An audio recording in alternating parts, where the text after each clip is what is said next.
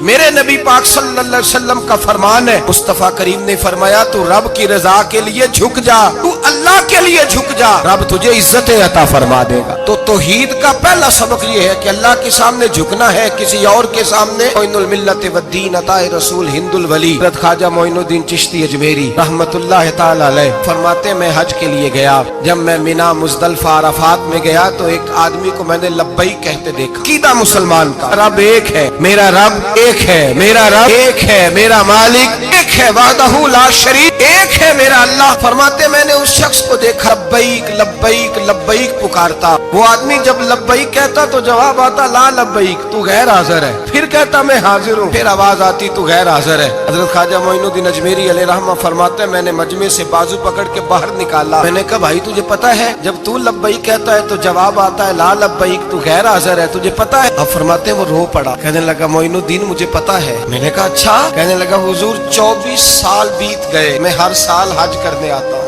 یہ میرا 24واں حج ہے، اور ہر سال آ کے کہتا ہوں لبیک لبیک، میں مصطفیٰ کریم کا وسیلہ لیے حاضر ہوں، لبیک لبیک، یہ بے نیاز ہے، ہر سال مجھے کہتا ہے لا لبیک، تو غیر حاضر ہے، ہر سال کہتا ہے۔ خواجہ صاحب فرماتے ہیں اس کی بات سنی تو میرے وجود کے رونگٹے کھڑے ہو گئے۔ میں نے کہا پھر تو ہر سال آ جاتا ہے، ہر سال ہی آ جاتا ہے، 24 سال ہو گئے ہر سال۔ فرماتے اس نے توحید بیان کی تو میری چیخیں نکل گئیں، میدان عرفات میں کھڑے ہو کس نے توحید کا اعلان کیا تو میرا وجود تڑپنے لگا، آہیں اور سسکیاں نکلنے لگیں۔ کہنے لگا معین الدین ایک ہی تو رب ہے، یہاں نہ ہوں تو کہاں جاؤں، تو کوئی اور رب بتا دے میں وہاں چلا جاتا ہوں، اب ہے ہی ایک، کہیں اس کے دروازے پہ رکھے تب بھی ٹھیک ہے، نہ رکھے بھی اس کی بے نیازی ہے یہی، کہاں جاؤں، اس کے دروازے پہ جھکوں، یہی میرا مالک، یہی میرا خالق، یہی میرا رازق۔ خواجہ صاحب فرماتے ہیں میں وہاں کھڑا تھا، عاطف غیب سے آواز آئی معین الدین تو پیچھے ہٹ جا، یہ میرا اور میرے بندے کا معاملہ ہے، تو اس کے بیچ نہ آ، اگر میں نے ایک دفعہ بھی کہہ دیا کہ تو حاضر ہے تو یہ اگلے سال آئے گا نہیں، مجھے اس کا آنا پسند ہی بڑا ہے، 24 سال ہو گئے، اس کا بھی حج قبول فرمایا ہے، اس کی لبیک کی برکت سے قبول فرمایا۔ بھائی یاد رکھیں اور سمجھیں، توحید یہ ہے کہ میں تیرا ہوں، اے اللہ میں مالک میں تیرا ہوں، میں کدھر جاؤں؟ میرے اعلیٰ حضرت فاضل بریلوی رحمت اللہ علیہ کے والد گرامی خوبصورت بات فرماتے مجھے دعا مانگنے کا طریقہ میری بیوی نے سکھایا۔ حضرت کس طرح؟ فرمانے لگے ایک دن مجھے اس نے کوئی کام کہا، کوئی ضرورت گھر کی بتائی، تو میں نے کہا میرے پاس پیسے نہیں ہیں، کچھ دنوں میں دے دوں گا، عورتوں کا مزاج ہوتا ہے گھر کے کام انہوں نے بتانے ہوتے۔ 2-4 دن کے بعد کہنے لگی حضرت ایک کام کہا تھا، فرمانے لگی ابھی جیب میں پیسے نہیں ہیں، ذرا آتے ہیں تو کچھ کر دیتا۔ 2-4 دن کے بعد پھر عرض کرتی حضور وہ میں نے کچھ گزارش کی تھی، فرماتے مجھے غصہ آیا، ناراض ہوا، میں نے کہا تو بار بار کہتی رہتی ہے، تجھے بتایا تو ہے ابھی میرے پاس پیسے نہیں، کہیں سے آتے ہیں تو دے دوں گا۔ فرماتے جب میں نے جھڑکا تو وہ بھلی مانس رو پڑی، اور رو کر کے اس نے لفظ کہے تو مجھے رب کریم کی